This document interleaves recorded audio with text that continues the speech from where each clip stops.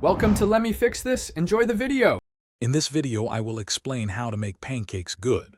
First, let's gather our dry ingredients.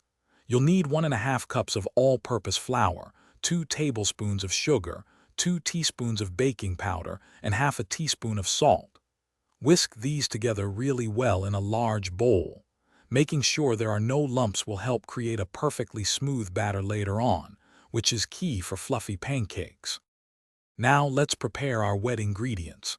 In a separate bowl, whisk together 1 cup of milk, 2 tablespoons of melted butter, and 1 large egg. Once that's combined, pour this wet mixture directly into your bowl of dry ingredients. Mix everything gently until it's just combined.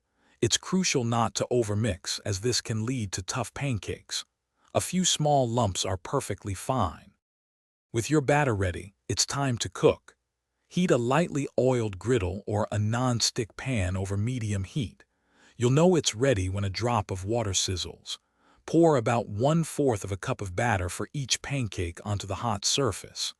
Cook for about 2 to 3 minutes per side, or until they're beautifully golden brown and you see bubbles forming on top.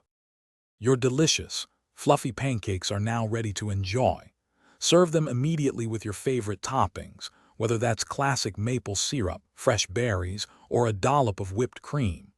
For an even fluffier texture, a little tip is to let your batter rest for 5 to 10 minutes before you start cooking. Also, be sure to check the description below for a link to a fantastic book that can truly change how you think about money, as well as other great deals.